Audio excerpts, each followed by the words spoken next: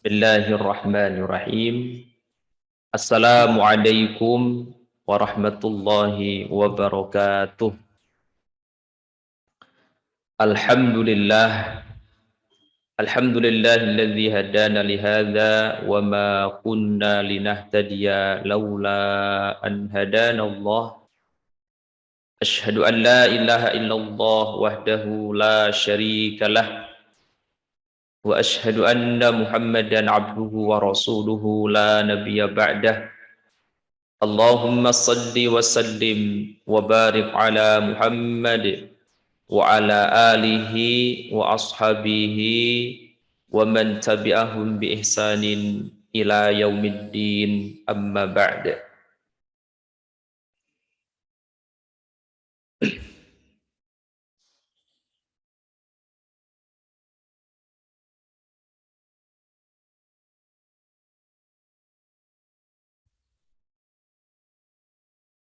Bapak Ibu yang dirahmati Allah Subhanahu wa taala, alhamdulillah pagi hari ini patut bersyukur kepada Allah Subhanahu wa taala kita bisa hadir dipertemukan oleh Allah Subhanahu wa taala di forum kali ini, ngopi bareng IKADI, ngaji online pagi bersama IKADI DIY.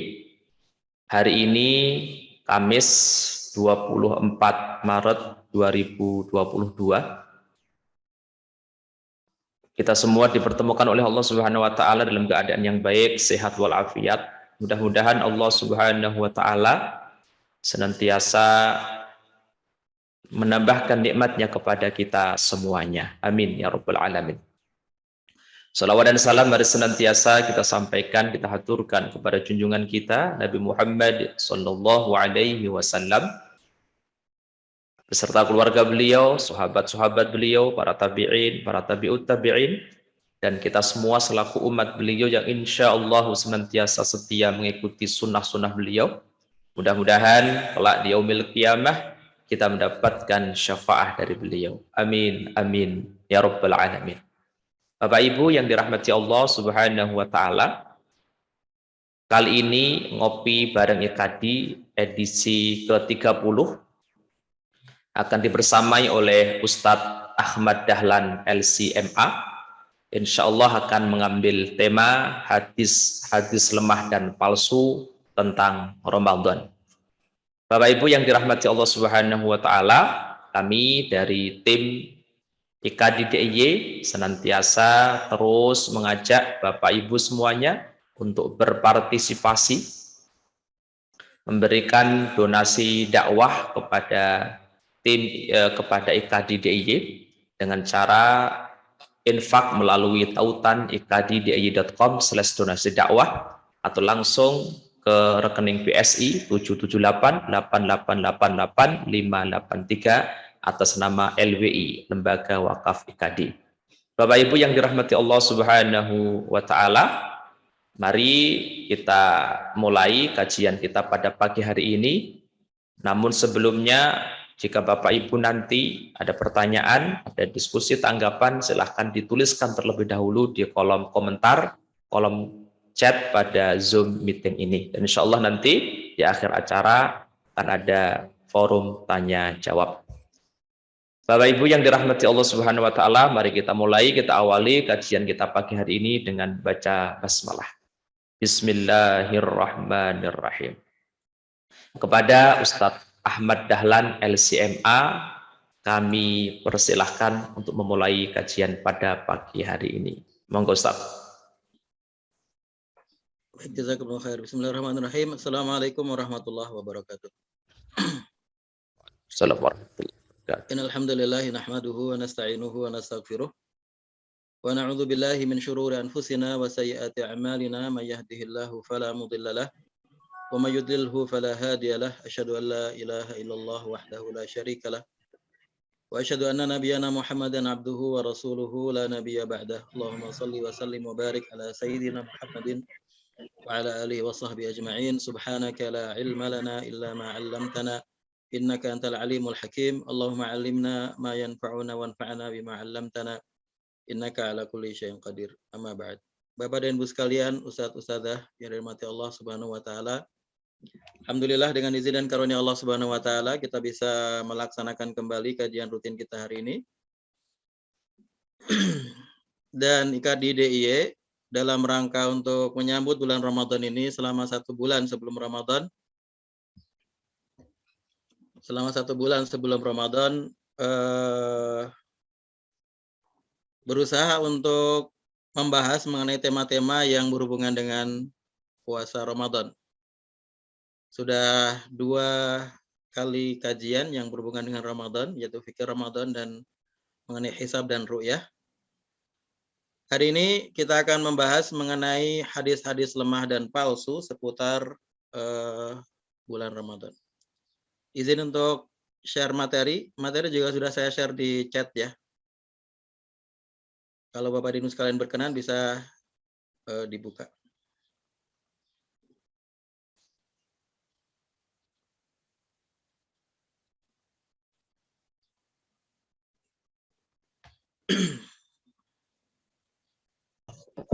Bapak dan Ibu yang dirahmati Allah Subhanahu wa taala, ketika kita beragama, maka salah satu hal yang sangat dituntut dari orang yang beragama adalah semangat. Semangat untuk mempelajari, semangat untuk melaksanakan ajaran-ajaran agama tersebut. Tetapi ternyata semangat saja tidak cukup. Bahkan terkadang semangat ini dalam beberapa kasus justru kalau tidak dibarengi dengan ilmu yang cukup akan membawa kepada penyimpangan dalam beragama. Kalau kita lihat kasus-kasus seperti misalnya ya, ini bukan mengeneralisir dan bukan memojokkan sebuah kelompok, tetapi sebagai bahan perenungan kita semua. Sebagian kasus-kasus yang terlibat dengan aksi-aksi terorisme adalah mereka orang-orang yang terlalu bersemangat, tetapi tidak dibarengi dengan ilmu yang cukup. Pemahamannya tidak lengkap, sehingga kemudian akhirnya malah mereka menyimpang. Oleh karena itu dalam agama kita, para ulama memberikan syarat diterimanya amalan itu harus ada 2. Yang pertama adalah ikhlas kepada Allah Subhanahu wa taala, dan yang kedua yang disebut dengan mutabaah. Mutabaah artinya mengikuti Rasulullah. Nah, mengikuti Rasulullah ini harus didasari pada pemahaman. Karena kita tidak tahu apa yang harus kita ikuti kalau kita tidak paham dengan ajaran Rasulullah SAW sendiri. Oleh karena itu berarti semangat dalam beragama harus dibarengi dengan ilmu. Supaya tidak jatuh kepada bid'ah, supaya tidak jatuh kepada penyimpangan dan lain-lain. Karena Rasul mengatakan man ahdatsa fi amrina hadza ma laisa minhu fahuwa raddun. Barang siapa yang mengada-ngadakan perkara baru dalam agama, maka tertolak. Nah, dalam hubungannya dengan hadis-hadis lemah dan hadis-hadis palsu, Bapak dan Ibu sekalian, ini sebenarnya sebuah fenomena yang sejak dahulu ya, bukan sekarang saja. Bahkan sejak zaman periwayatan, di awal-awal zaman periwayatan. Adanya orang-orang yang entah sengaja, entah tidak sengaja meriwayatkan hadis-hadis palsu. Dan itu berlangsung sampai sekarang ya, sampai zaman sekarang. Terkadang kita melihat, mendengar penceramah begitu, semangat menyampaikan sebuah, ya dia klaim sebagai hadis, padahal bukan hadis. Misalnya yang terkenal, hubbul watan minal iman. Cinta negara adalah sebagian dari iman. Secara maknanya tidak ada masalah ya, bahwa kita mencintai negara kita itu kalau kita runut begitu sampai jauh ya, pasti akan ketemu bahwa ada sisi iman dalam kita mencintai negara kita. Tetapi itu bukan hadis dan kita tidak boleh mengatakan itu adalah hadis. An-nadzafatu minal iman misalnya. Bunyinya bukan seperti itu walaupun maknanya benar. Hadis yang saya adalah at-tahuru syatrul iman atau at-tuhuru syatrul iman. Dan itu maknanya bisa lebih luas daripada an-nadzafatu minal iman. Kebersihan sebagian dari iman. Dan lain-lain dan lain-lain. Juga kadang-kadang kalau yang pernah saya sendiri sering ditanyakan, beberapa kali ditanyakan adalah yang ada di media sosial, yang beredar di WhatsApp ketika misalnya pas bulan-bulan momen tertentu ya, special occasion begitu, seperti misalnya Rajab, Muharram, Ramadan, Idul Adha, Haji. Kadang-kadang berseliweran hadis-hadis yang bahkan saya sering menemukan ini Bapak Ibu sekalian, hadis itu bukan dipalsukan dan diambil dari kitab-kitab yang dulu, kan kitab-kitab hadis palsu juga ada. Bahkan ada yang memang bikin sendiri, ya, jadi zaman sekarang itu dia bikin sendiri dengan terjemahan bahasa Indonesianya. Tidak ada bunyi bahasa Arabnya, tapi dia bikin dengan bahasa Indonesia. Misalnya barang siapa yang puasa Rajab dia akan mendapatkan ini. Bikinan sendiri. Dan itu nanti di bawahnya dikasih hadis riwayat Bukhari dan Muslim. Padahal tidak ada dalam Bukhari dan Muslim. Jadi ini adalah sebuah kesalahan, tetapi kadang-kadang itu menjadi sebuah yang umum ya. Salah tapi kaprah. Dahulu kalau pada zaman dahulu itu ada, sejak zaman sahabat ini, di akhir masa sahabat itu ada yang disebut dengan al-qassasun atau al-qussas. Ini adalah para pencerita. Awalnya mereka tujuannya baik, yaitu orang-orang yang duduk di masjid. Kemudian ingin dia menyemangati para jamaah itu untuk beribadah. Kemudian dia menyampaikan hadis-hadis mengenai raqaiq atau mengenai tazkiyatun nafs, mengenai semangat untuk beramal. Tapi karena terlalu sering mereka menyampaikan tiap hari, lama-lama bahannya habis. Ketika bahannya habis, apa yang dilakukan? Bikin sendiri. Dan ini terjadi. Itu yang disebut dengan al-qussas atau al-qassasun. Dan itu berlangsung sampai berabad-abad, Bapak sekalian. Di awal-awal masa sahabat, misalnya Aisyah radhiyallahu ta'ala anha dalam sebuah riwayat, dia pernah membaiat, sampai dibaiat ini, seorang qassas, pencerita, tukang cerita di masjid, namanya Ibn Abi Sa'ib. Dia karena saking seringnya dia bercerita, dan Aisyah khawatir bahwa ini akan menjadi sebuah fenomena yang berlangsung lama dan akan buruk, maka kemudian dia meminta kepada Ibn Abi Sa'ib dengan membaiatnya supaya yang pertama adalah tidak terlalu sering untuk melakukan mauidhah itu, bercerita di masjid itu, tapi seminggu sekali saja. Dan yang kedua, untuk tidak berlebihan dalam berdoa, karena di antara sarana untuk menyemangati orang adalah doa, ya kalau kita paham doa isinya. Dan doanya dibuat yang bersajak-sajak begitu. Dan yang ketiga, supaya tidak memotong pembicaraan orang ketika sedang berada di majelis. Nah, ini riwayat ini sebenarnya menunjukkan bahwa fenomena tukang cerita dengan mengambil kisah-kisah yang tidak jelas itu sudah berlangsung, bahkan sudah diawali pada akhir masa sahabat. Dan pada perkembangannya kemudian dia setiap bidang saya kira sama. Pada perkembangannya kemudian masuk orang-orang yang berniat tidak baik, berniat jahat, akhirnya menjadi profesi, mencari materi. Dengan cara seperti itu dia berharap mendapatkan materi dari orang-orang yang mendengarkan. Dan ini ternyata menjadi salah satu faktor kenapa kitab-kitab tafsir kita, ini salah satu faktor saja, tidak semuanya, kitab-kitab tafsir kita berisi atau banyak berisi beberapa hadis-hadis yang palsu. Kisah-kisah para nabi, sebagian diambil dari Taurat, sebagian diambil dari Injil, yang tidak jelas kebenarannya. Awalnya diantaranya adalah karena fenomena al-qussas ini. Kemudian juga misalnya fadilah surat-surat dalam Al-Quran. Atau fadilah ayat. Kan memang sebagian ayat itu ada fadilahnya, dan Rasulullah menjelaskan fadilahnya. Tapi kemudian ada orang yang sengaja memalsukan ayat-ayat, memalsukan hadis-hadis menjelaskan mana fadilah surat-surat itu. Ya kalau di kita misalnya yang tahayulnya yang berada di masyarakat, misalnya mengatakan kalau anaknya ingin lahir ganteng, cantik, maka baca surat Yusuf misalnya. Kalau misalnya supaya lahirannya lancar, baca surat Maryam. Ini kan nggak ada dalilnya semuanya. Ada seorang perawi hadis, tapi dia pemalsu hadis, namanya Nuh bin Abi Maryam. Nuh bin Abi Maryam. Dia ditangkap karena ketahuan memalsukan hadis. Ketika akan dieksekusi, dulu pada zaman itu sebagian khalifah tegas dengan masalah pemalsuan hadis. Yang memalsukan hadis dibunuh. Dia mengatakan bahwa saya telah memalsukan 1000 hadis mengenai halal dan haram. Juga ada salah seorang rawi yang lain, saya lupa namanya, yang dia mengatakan saya memasukkan ribuan hadis mengenai fadilah ayat Al-Quran. Fadilah surah dalam Al-Quran. Dan inilah yang kemudian memenuhi sebagian kitab-kitab tafsir kita dan kemudian itu menjadi sumber ilmu bagi sebagian orang yang tidak kritis dan tidak mau atau tidak bisa meneliti dan menyeleksi mana cerita-cerita yang sahih dan mana yang tidak sahih.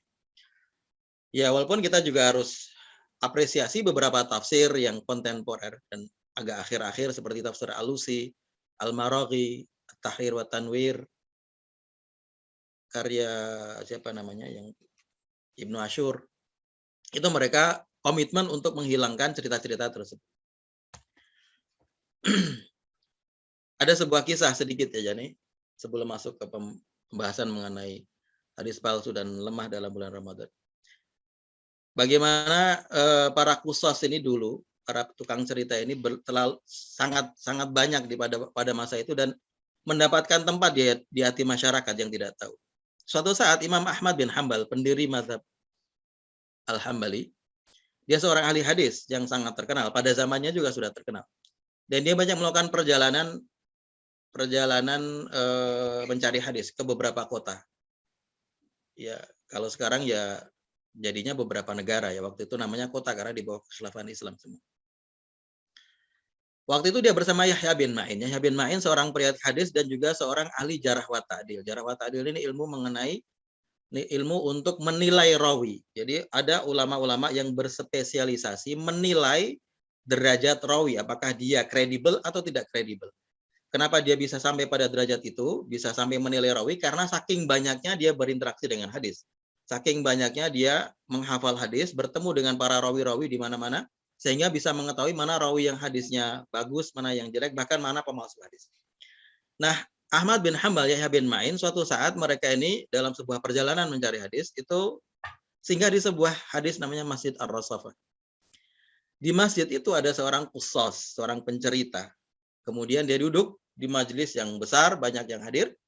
Dia mengatakan, haddatsani Ahmad bin Hambal wa Yahya bin Ma'in an Abdur Razak an Ma'mar an Qatadah an Anas.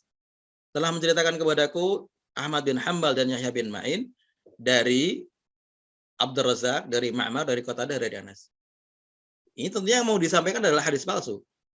Dia mengatakan Rasulullah bersabda, barang siapa yang mengatakan la ilaha illallah, maka setiap kata yang diucapkan akan dibuatkan oleh Allah Subhanahu wa taala baginya seekor burung yang paruhnya dari emas, bulunya dari berlian dan seterusnya. Dia memberikan keutamaan-keutamaan yang luar biasa yang tidak masuk. Nah, di situ Yahya bin Ma'in dan Ahmad bin Hambal hadir dan mereka merasa tidak pernah menceritakan atau tidak pernah meriwayatkan hadis seperti itu. Padahal orang tadi mengatakan saya telah menceritakan kepada kami Yahya bin Ma'in dan Ahmad bin Hambal. Maka setelah selesai majelis itu dipanggillah orang ini oleh Yahya bin Ma'in dan Ahmad bin Hambal. Ditanya, kamu mengatakan bahwa kamu dapat hadis ini dari Ahmad bin Hambal dan Yahya bin Ma'in. Kami ini, saya Ahmad bin Hambal, ini Yahya bin Ma'in. Kami tidak pernah meriwayatkan hadis itu kepada kamu. Nah, ini saking tidak punya malunya tukang qusas ini, dia mengatakan seperti ini. Saya sudah sering saya dengar bahwa Ahmad bin Hambal dan Yahya bin Ma'in itu bodoh. Dan baru sekarang saya membuktikannya. Emangnya di dunia ini tidak ada Ahmad bin Hambal dan Yahya bin Ma'in selain kalian? Emangnya di dunia ini tidak ada Ahmad bin Hambal dan Yahya bin Ma'in selain kalian?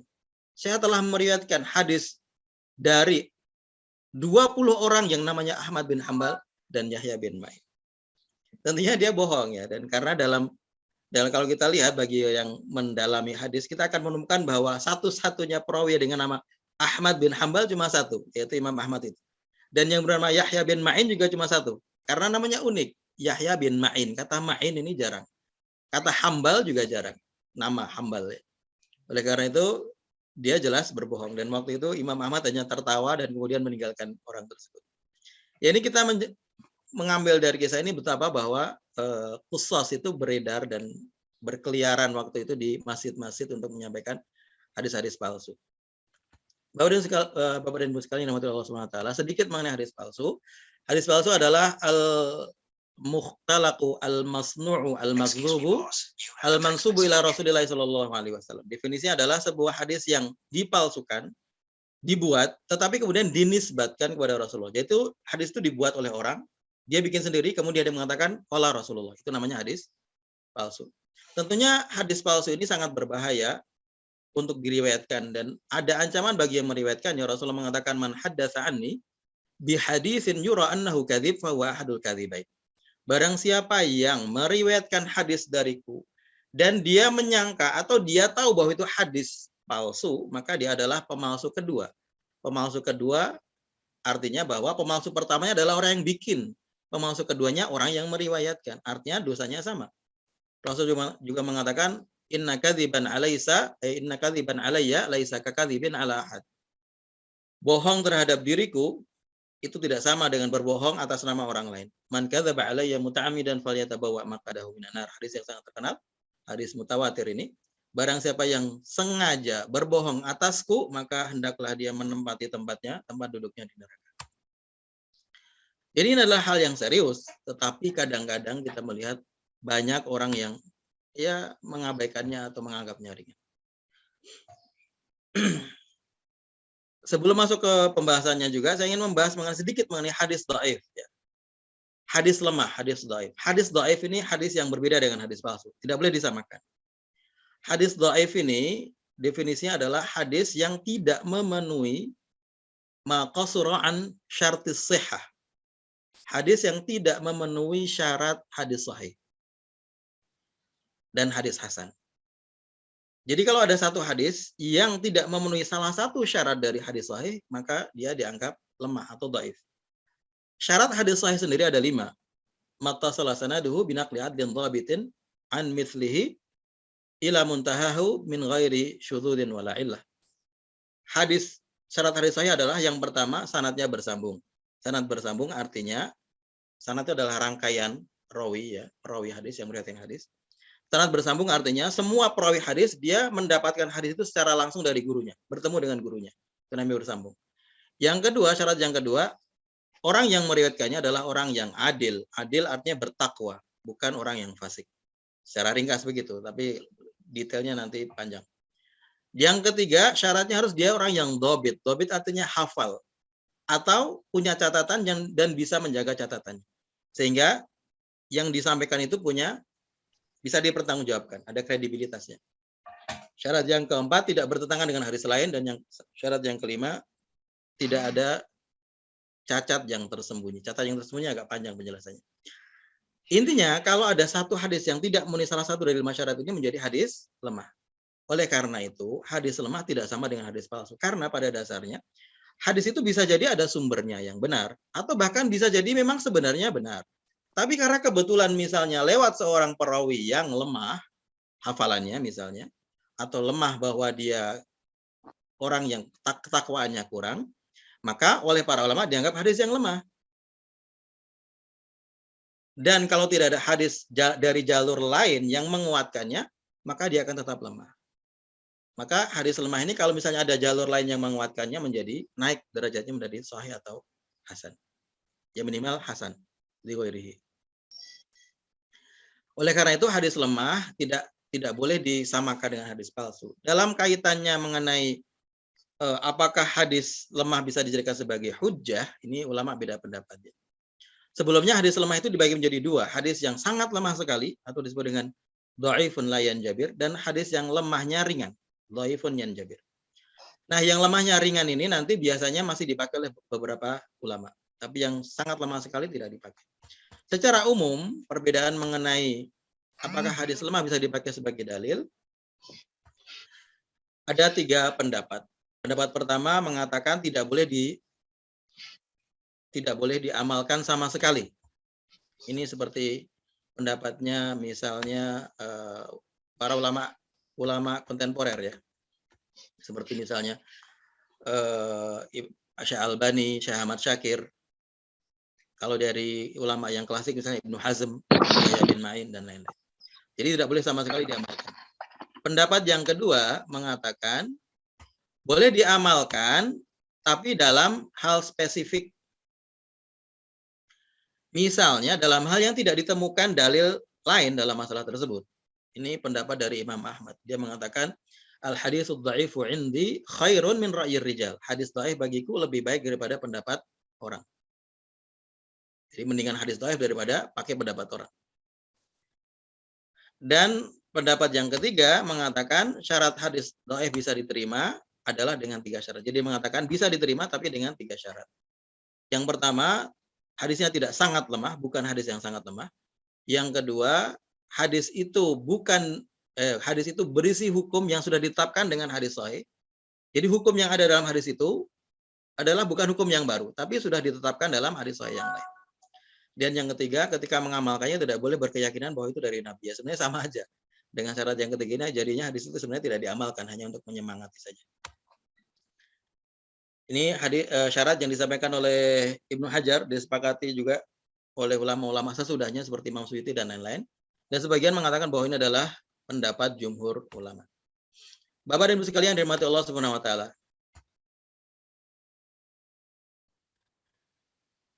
Oleh karena itu dalam memahami atau dalam berinteraksi dengan hadis palsu dan lemah harus dibedakan antara hadis lemah dengan hadis palsu. Bagaimana jika hadis palsu atau hadis lemah itu isinya benar? Benar artinya sesuai dengan hadis lain atau ayat yang lain.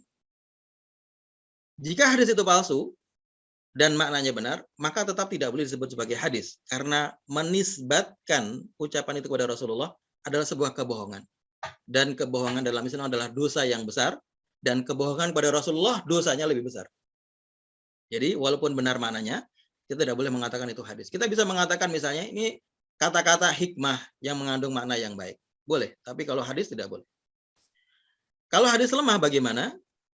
Kalau hadis lemah dan maknanya benar, maka hadis ini otomatis akan naik derajatnya menjadi hasan li ghairihi. Hadis hasan yang dikuatkan karena ada hadis yang menguatkannya.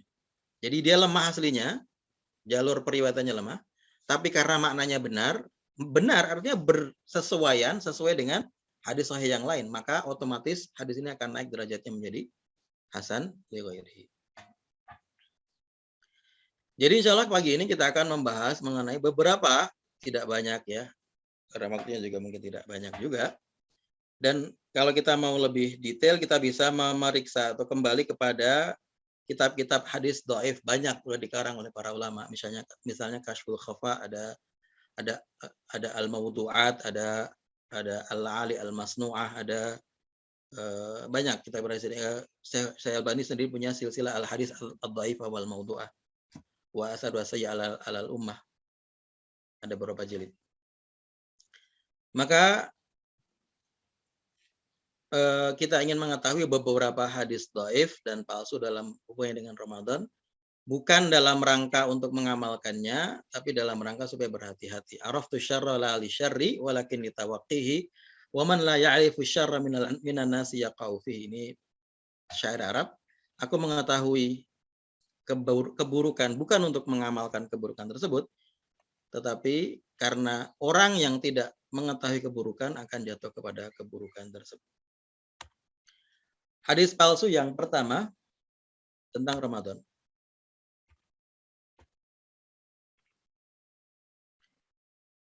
Hadisnya diklaim sebagai hadis berbunyi innallaha laisa bitariki ahadan minal muslimina sabihata wala yaumin min syahri ramadhana illa ghafara lahu. Allah tidak akan meninggalkan siapapun dari kalangan kaum muslimin pada pagi hari di awal Ramadan, pada hari pertama bulan Ramadan, kecuali Allah akan mengampuni dosanya. Ya isinya sangat luar biasa, sangat memberikan kabar gembira. Tapi hadis ini palsu. Jadi hadis ini mengatakan semua orang Islam di awal Ramadan langsung diampuni dosanya. Ya berarti kalau gitu nggak usah puasa setelah itu udah diampuni semua ya kan. Hadis ini palsu karena dalam sanadnya ada Salam At-Tawil dan juga Ziyad bin Maimun. Dua-duanya dituduh memalsukan hadis, bahkan salah satunya adalah pemalsu hadis. Jadi untuk memeriksa hadis palsu dulu para ulama kriterianya diantaranya adalah dengan memeriksa sanadnya. Kalau sanadnya ada pemalsu hadis, maka otomatis hadis itu dianggap sebagai palsu.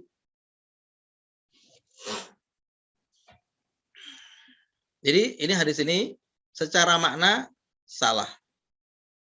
dan secara sanadnya juga terbukti ada pemalsu hadis. Hadis ini bertentangan dengan banyak sekali hadis-hadis yang lain yang sahih mengenai bahwa Allah tidak mengampuni semua orang pada awal Ramadan.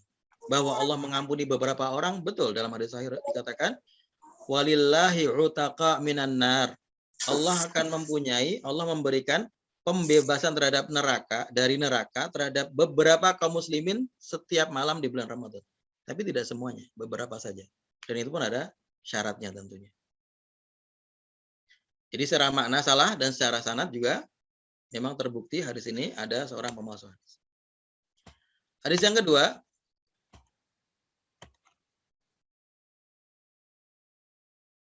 idza kana awwalu lailatin min syahri Ramadan nadhara Allah azza wa jalla ila khalqihi wa idza nadhara Allah azza wa jalla ila 'abdihi lam yu'adzibhu abadan.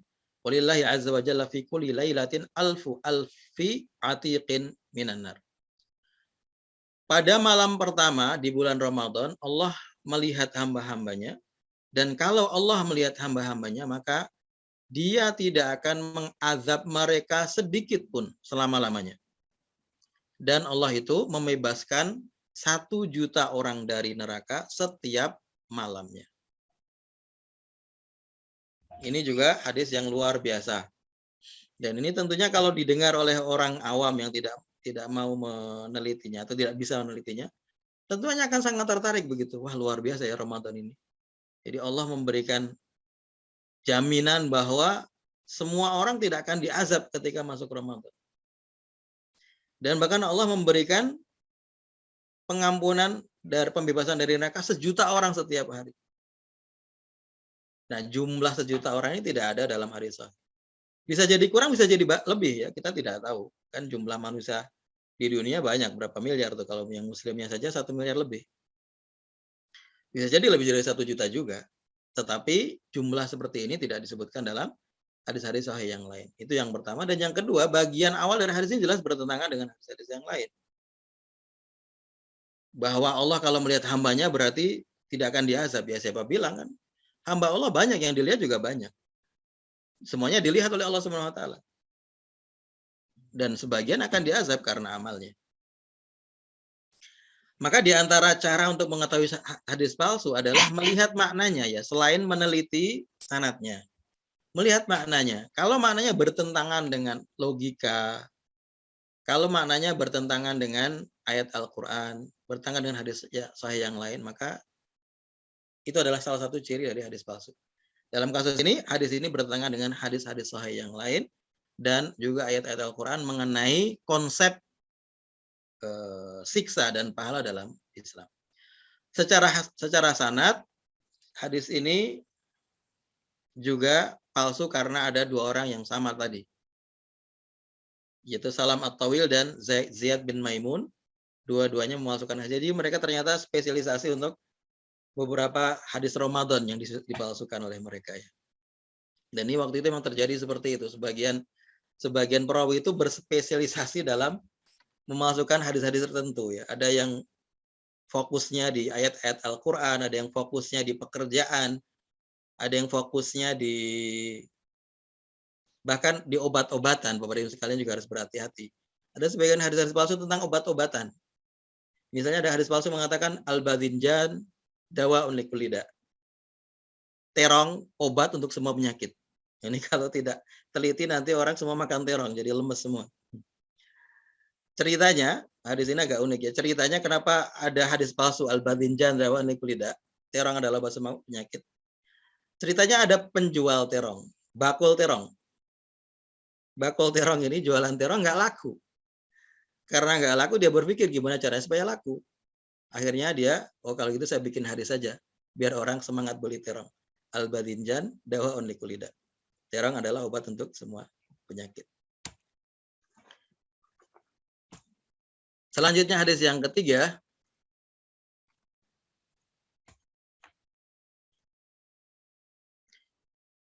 Ala ukhbirukum bi afdalil malaikati Jibril alaihi salam wa afdalun nabiyyina Adam wa afdalul ayyami yaumul jum'ah wa afdalus syuhuri syahrul ramadan wa afdalul layali lailatul qadar wa afdalun nisa'i Maryam binti Imran.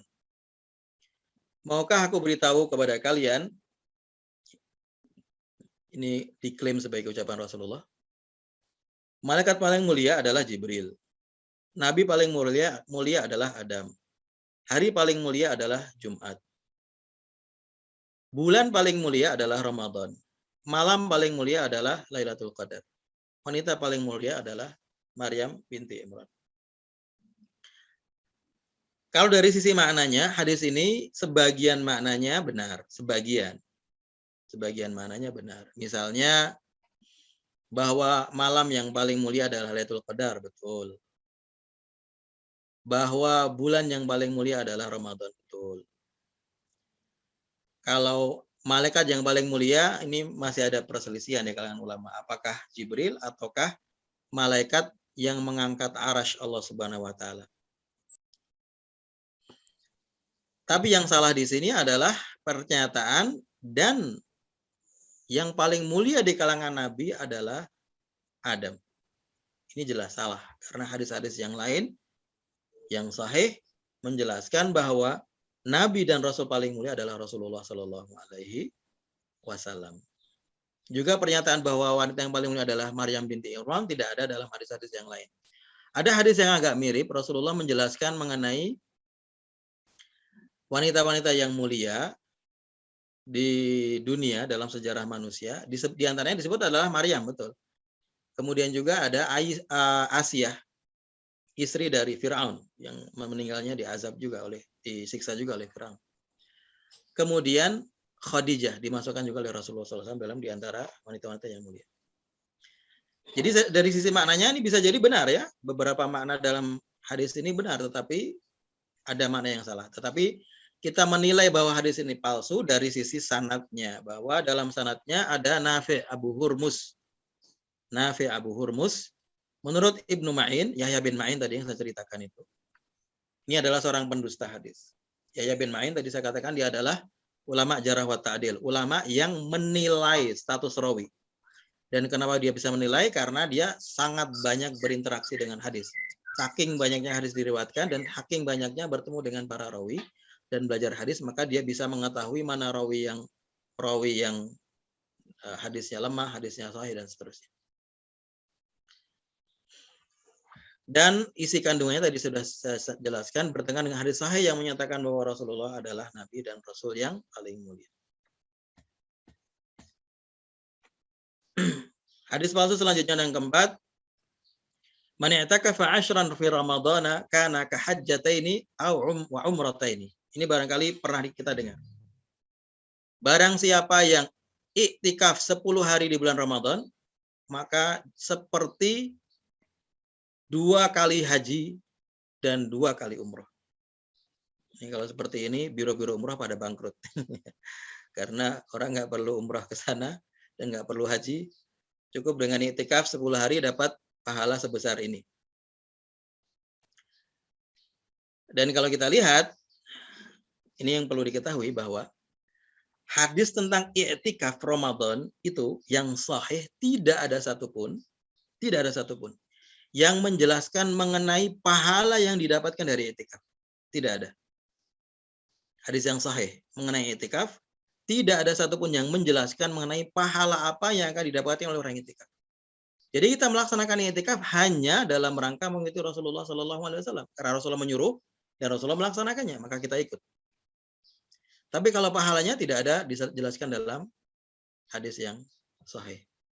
Maka kalau mendengar mengenai keutamaan iktikaf, mungkin ada seorang penceramah semangat ingin menyemangati orang beriktikaf, kemudian terjebak pada mendapatkan hadis-hadis yang palsu seperti ini, maka kita bisa mengetahui bahwa itu adalah hadis yang palsu atau minimal sangat lemah sekali.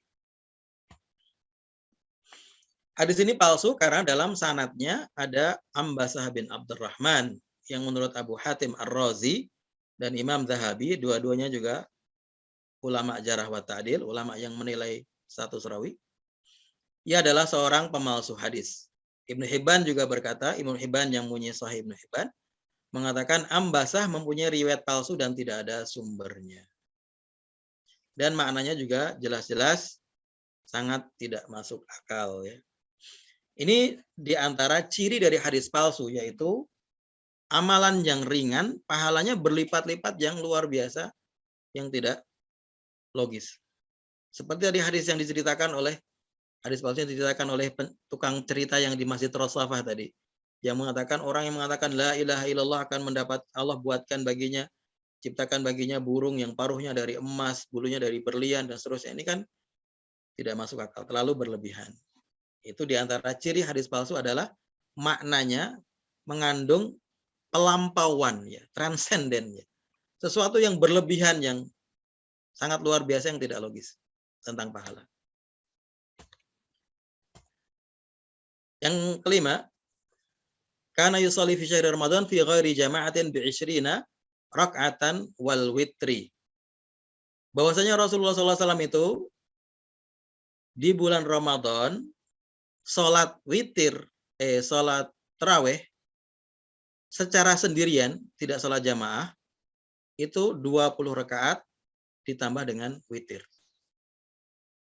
Ini hadis ini seakan-akan sangat kuat sekali sebagai dalil bahwa yang sunnah adalah 20 rakaat plus witir. Ya. Tapi hadis ini palsu. Apakah berarti yang sholat 20 rakaat tidak ada dalilnya? Justru ada dalilnya. Ya. Kalau kita kembali kepada mazhab yang 4, tiga mazhab yang 4, Hanafi, Hambali, dan Syafi'i. Mereka sepakat bahwa sholat witir itu 20 rakaat. Sholat tarawih itu 20 rakaat. Tambah witir 3 rakaat, 23. Ini tiga mazhab ini. Hambali, Hanafi, dan Syafi'i. Mazhab Maliki berpendapat bahwa sholat tarawih adalah 36 rakaat. Plus witir 3 rakaat. 39.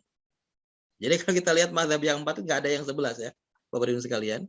Apakah berarti yang 11 ini bid'ah? Enggak bid'ah juga. Yang 11 itu ulama-ulama kontemporer seperti Syekh Albani dan kemudian juga Majelis Tarjih Muhammadiyah dan beberapa yang lain. Mereka menggunakan hadis riwayat Bukhari dan Muslim. Hadis Aisyah bahwasanya Rasulullah tidak pernah menambahkan sholat tarawih, sholat malam, bukan sholat tarawih di situ hadisnya, sholat malam, baik di Ramadan ataupun selain Ramadan, lebih dari 11 rakaat. Tidak pernah lebih dari 11 rakaat. Rasulullah selalu 11 rakaat. Menurut Aisyah. Itu dijadikan sebagai dalil. Sedangkan yang mengatakan bahwa 20 rakaat atau yang mengatakan 36 rakaat, ini dalilnya dalil yang umum, yaitu ketika Rasulullah ditanya mengenai salat tarawih oleh seseorang, ada seorang badui datang kepada Rasulullah, bertanya, "Ya Rasulullah, kaifa usallil lail?" Ya Rasulullah, bagaimana cara salat malam? Rasul mengatakan, "Salatul laili masna masna." Salat malam itu 2 rakaat, 2 rakaat. Kata 2 rakaat, 2 rakaat menunjukkan bahwa Rasulullah tidak membatasi jumlahnya, tapi Rasulullah menjelaskan cara atau tata cara pelaksanaannya, yaitu 2 rakaat, 2 rakaat. Maksimalnya berapa ya? Terserah sekuatnya kamu. Nah, kenapa diambil 20 rakaat? Ini beberapa riwayat mengatakan bahwa itu dilakukan oleh para sahabat dulu ketika zaman Umar, ketika mereka mulai sholat tarawih berjamaah. Sedangkan Imam Malik menggunakan 36 karena itu yang beliau lihat yang diamalkan di Madinah dan Makkah kalau tidak salah. Jadi dulu sholat tarawihnya lebih banyak daripada sekarang. Ya. Sekarang 11 rakaat juga yang dibaca kulhu dengan tabat ya. Dulu padahal sampai 36 rakaat sampai 20 rakaat dan yang dibaca ayat-ayat yang panjang. Kalau di Masjidil Haram tentunya satu Masjidil Haram dan Masjid Nabawi satu malam itu 1 juz. Dan itu sebenarnya diikuti juga beberapa hadis beberapa masjid. Dulu saya di Malaysia juga di kampus kami juga dulu seperti itu, 1 malam 1 juz. Jadi hadis ini maknanya barangkali seakan-akan benar untuk jadi dalil untuk 20 rakaat, tapi hadis ini palsu, maka tidak bisa dijadikan dalil untuk itu. Tetapi saya tegaskan bahwa yang berpendapat bahwa tarawih 20 rakaat tidak menggunakan dalil ini. Dalam syaratnya terdapat Abu Syaibah. Menurut Al-Baihaqi, Al-Haythami, Ibnu Hajar adalah seorang yang lemah hadisnya. Tapi menurut Syekh Albani, hadis ini palsu. Yang pertama karena Abu Syaibah ini oleh Imam Bukhari dan oleh Syu'bah disebut sebagai pemalsu hadis. Jadi ada satu orang pemalsu hadis di sini. Syaibah tadi, Abu Syaibah tadi. Yang ini menurut beberapa ahli hadis. Dan karena maknanya sangat bertentangan dengan hadis Rasulullah yang lain.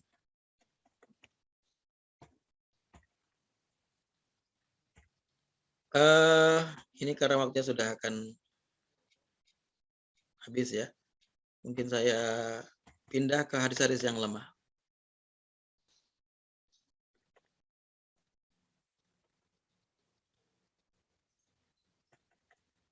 Beberapa hadis lemah tentang Ramadan. Ini hadisnya lemah bukan palsu. Shaimu Ramadan fi safari kal muftiri fil hadar. Orang yang berpuasa dalam perjalanan seperti orang yang tidak puasa ketika mukim. Hadis ini lemah karena mungqati. Mungqati artinya terputus sanadnya. Ada seorang rawi yang tidak mendengar langsung dari gurunya. Jadi hadis ini lemah. Walaupun maknanya bisa jadi benar. Dan setelah diteliti ternyata ini adalah bukan sabda Rasulullah tetapi ucapan sahabat Abdurrahman bin Auf.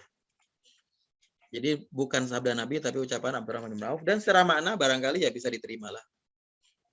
Menganalogikan orang yang berpuasa ketika safar seperti orang yang muftir, orang yang tidak puasa ketika dalam kondisi tidak berpergian. Kenapa? Karena dalam hadis yang lain Rasulullah mengatakan laisa minal birri as-saumu fis safar. Bukanlah termasuk albir, kebaikan. Orang yang berpuasa ketika safar. Ceritanya waktu itu seorang sahabat nekat tetap berpuasa ketika dalam perjalanan. Perjalanan bersama Rasulullah dan para sahabat. Semua yang lain sahabat dan Rasulullah berbuka. Tiba-tiba dia tetap puasa dan akhirnya pingsan, digotong bareng-bareng. Kemudian dibawa kepada Rasulullah, ditanya ngapain orang ini? Kata sahabatnya, dia tetap puasa Rasulullah. Rasulullah mengatakan laisa minal birri as-saumu fi safar. Jadi secara makna ini benar, tapi ini bukan sabda Rasulullah, sebenarnya adalah ucapan dari Abdurrahman bin Auf. Yang selanjutnya, kita ambil dua aja, 2 atau 3. La ba'sa biqada'i syahri Ramadhan mufarraqan. Mengqada puasa Ramadan boleh dilakukan secara terpisah. Hadis ini lemah ya. Walaupun maknanya bisa jadi benar. Karena dalam sanadnya ada Yahya bin Sulaim At-Taifi, hafalannya buruk. Jadi hadisnya kalau hafalannya buruk itu hadisnya sangat lemah. Tapi maknanya apakah salah? Maknanya bisa jadi benar ya, bahwa kita boleh mengqada Ramadan itu tidak berurutan. Kalau misalnya ibu-ibu yang berhalangan, misalnya dia berbuka 1 minggu misalnya, maka nanti ketika membayar puasa tersebut, mengqadanya tidak harus berurutan. Ini sebagian besar ulama mengatakan seperti itu, walaupun ada beberapa ulama yang mengatakan harus berurutan ya. Ada sedikit ulama yang berpendapat harus berurutan. Misalnya Al-Hasanul Basri, juga Dawud Al-Zahiri, ini pendiri mazhab Al-Zahiri, mengatakan harus berurutan. Tapi yang jumhur ulama mengatakan memang tidak harus berurutan.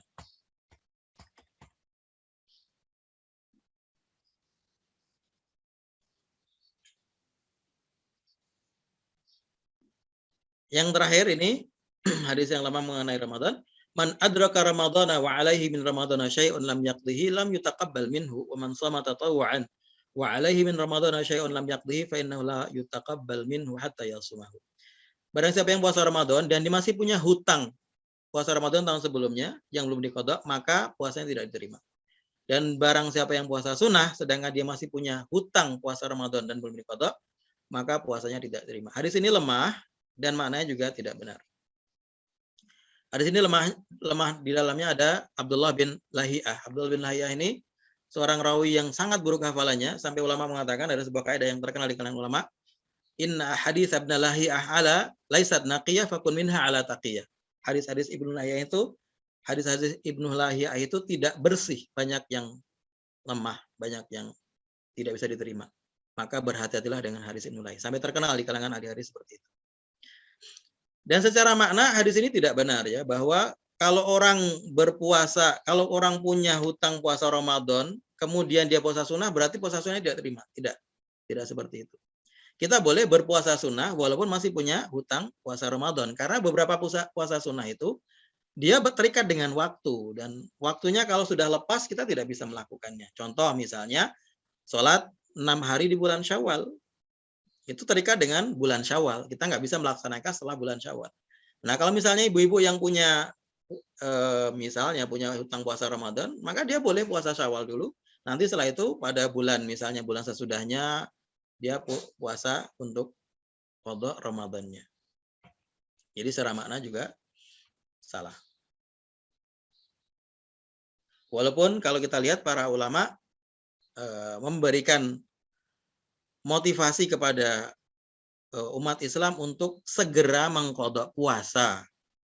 Segera mengqadha puasa. Apabila punya hutang. Baik, demikian Bapak dan Ibu sekalian yang dirahmati Allah Subhanahu wa taala, beberapa penjelasan mengenai hadis palsu dan hadis lemah dan beberapa penjelasan mengenai hadis palsu dan lemah tentang Ramadan. Ini semoga memberikan pengetahuan kepada kita dan membuat kita semakin berhati-hati ya mengenai periwayatan hadis. Dan kalau tidak tahu, hendaknya kita bertanya kepada yang tahu, mengkonfirmasi apakah memang benar ada hadis seperti ini atau tidak, supaya kita tidak jatuh kepada pemahaman yang salah yang dilandaskan dari hadis-hadis yang palsu. Demikian, walafu minkum, wassalamualaikum warahmatullahi wabarakatuh. Waalaikumsalam warahmatullahi wabarakatuh. Jazakallah khair kepada Ustadz Ahmad Dahlan telah menyampaikan materi tentang hadis lemah dan hadis palsu berkaitan dengan Ramadan. Ini masih ada waktu 8 menit Ustadz. Ini ada beberapa pertanyaan saya bacakan. Yang pertama dari Pak Sarizan.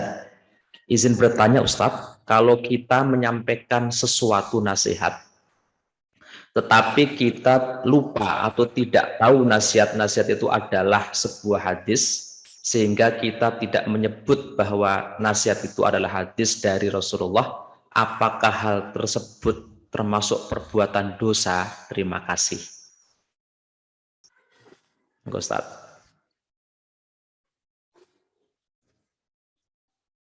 Secukupnya waktunya Pak ya, langsung dijawab aja. Ya, monggo langsung. Tadi ada pembahasan yang terlewat memang mengenai hukum meriwayatkan hadis palsu. Ada tiga kondisi. Yang pertama, orang yang meriwayatkan hadis palsu dengan sengaja. Dia tahu hadis palsu tetap diriwayatkan. Maka ini terkena ancaman dari Rasulullah, man kadzaba alayya muta'ammidan falyatabawa maq'adahu minan nar. Ini yang pertama. Yang kedua, dia meriwayatkan hadis palsu tapi dia tidak tahu kalau itu hadis palsu. Maka ini tidak berdosa. Dengan dalil apa? Dengan dalil keumuman hadis-hadis dan ayat mengenai Allah tidak akan tidak akan mencatat amalan yang dilakukan dengan ketidaksengajaan. Rasulullah bersabda, rufi'a an ummatil khata', innallaha rafa'a an ummatil khata' wan nisyan wa mastukrihu alaih. Allah mengangkat dari umatku, tidak mengangkat artinya tidak menuliskan sebagai dosa, amalan-amalan yang dilakukan karena al-khata' tidak sengaja, wan nisyan lupa, wa mastukrihu alaih dan dipaksa. Juga dalam Al-Quran Allah mengatakan la yu'akhidukumullahu billaghwi fi aimanikum. Kalian kalau bersumpah tapi tidak dengan dari hati tidak akan diambil sebagai sumpah yang ada konsekuensinya. Ini yang kedua. Berarti kalau tadi pertanyaannya seperti itu masuk yang kedua. Kalau misalnya isinya baik ya, nasihatnya isinya baik dan ternyata hadis palsu tapi dia tidak tahu itu hadis palsu, maka tidak apa-apa, tidak berdosa. Kondisi yang ketiga adalah orang yang meriwayatkan hadis palsu tapi dengan niat menjelaskan bahwa ini palsu. Seperti yang sekarang saya sedang lakukan ini. Saya menjelaskan mengenai hadis palsu, tapi tujuan saya bukan untuk meriwayatkannya, tapi supaya yang lain tahu bahwa ini adalah hadis yang palsu. Ini justru yang sangat baik yang dilakukan oleh para ulama dahulu. Demikian wallahu alam. Yang kedua Ustaz dari Pak Hendri. Izin bertanya Ustaz, sering saya dengar dari penceramah yang menyampaikan, katanya itu hadis, tidak akan diterima puasa seorang anak sebelum minta maaf kepada orang tuanya. Seorang suami dan istri yang belum saling memaafkan, tetangga yang belum saling memaafkan. Penceramah itu hanya menyampaikan terjemah tanpa menyampaikan teks hadisnya. Pertanyaan saya, apa benar itu hadis? Saya pernah ditanya kalau tidak salah dengan hadis ini ya. Dan ini setahu saya bukan hadis. Ini bikinan orang sendiri ya. Dan itu juga bertentangan dengan hadis-hadis yang lain mengenai Ramadan. bahwa amalan kita tidak tidak digantungkan hanya karena kita tidak bisa minta maaf kepada istri atau kepada suami, karena masing-masing orang itu dia mempunyai tanggung jawabnya, pertanggungjawabannya kepada Allah masing-masing. Ya. Selanjutnya dari Pak Dendi, mohon penjelasan bagaimana apabila kita pernah mendengar nasihat ceramah guru-guru di media online, kemudian kita menyampaikan kembali hikmah sebagaimana yang disampaikan oleh beliau-beliau atau guru-guru tersebut, tetapi bukan menyampaikan hadis atau ayat Al-Quran. Apakah boleh seperti itu? Jadi segala kebaikan dalam Islam itu adalah patut untuk disampaikan. Rasulullah mengatakan al-hikmatu dhalatul mu'min, atau dalam riwayat yang lain al-kalimatul hikmah dhalatul mu'min fa anna wajadaha fa huwa ahaqqu biha.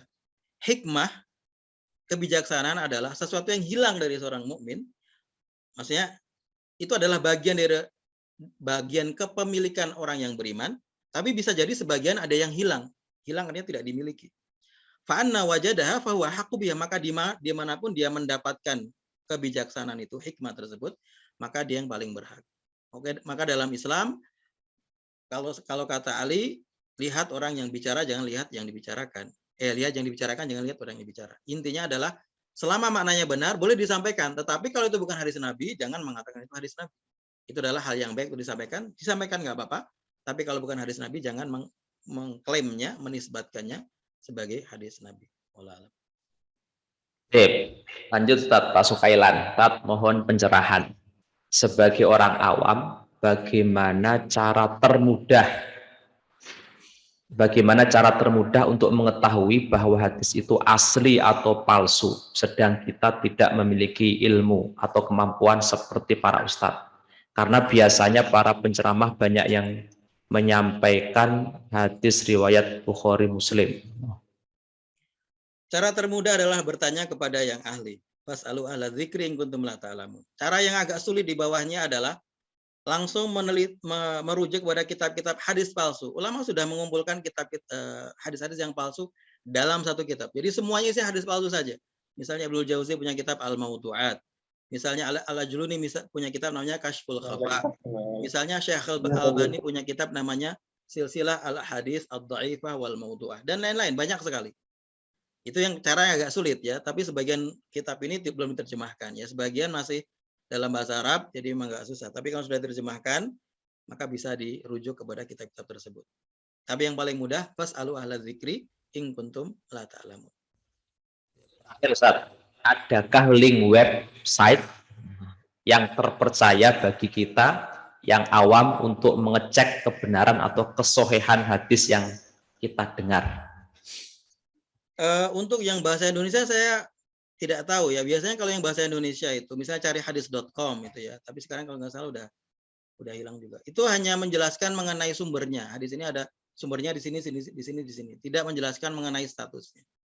Itu menyulitkannya. Setahu saya memang kalau yang web Indonesia masih hanya sekedar menyebutkan sumbernya. Takhris namanya kalau dalam istilah ilmu hadis. Yaitu mencari sumbernya, hadis seperti ini sumbernya di mana? Ada nggak sumbernya? Kalau ada sumbernya akan dijelaskan. Kalau tidak dijelaskan. Tapi belum sampai pada derajat, belum sampai pada fase untuk menjelaskan apakah hadis ini sahih ataukah lemah ataukah palsu. Nah itu kalau di web Arab banyak bisa dicari. Wallahu a'lam. Cukup, Tat. Sepertinya sudah cukup, jam 6.30 tepat. Alhamdulillah. Ada kata penutup, Ustaz? Kata penutupnya selalu sama ya saya, bahwa kita itu perlu lebih memahami kembali dan lebih semangat lagi untuk belajar ilmu agama. Itu yang akan memperkuat religiositas kita. Kita punya semangat beragama harus dibarengi dengan pemahaman yang kuat. Maka jangan berhenti ngaji dan jangan berhenti belajar. Insya Allah itu yang akan membawa kita, menunjukkan jalan kita kepada surga Allah. Man salaka tariqan yaltamisu fi ilman sahalallahu lahu tariqan ilal jannah. Orang yang menempuh jalan untuk mencari ilmu, Allah mudahkan jalannya menuju surga.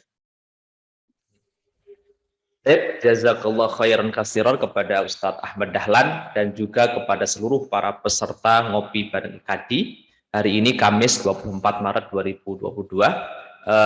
Mohon maaf tidak bisa tuntas semua materi yang telah disiapkan untuk disampaikan karena terbatasnya waktu. Dan insya Allah materinya sudah di-share di grup ngopi bareng Kadi, nanti bisa dilihat, dipelajari. Dan jika ada sesuatu yang perlu ditanyakan, nanti langsung saja ditanyakan di grup. Bisa nanti kita sambungkan langsung ke Ustadz Ahmad Dahlan, LCMA.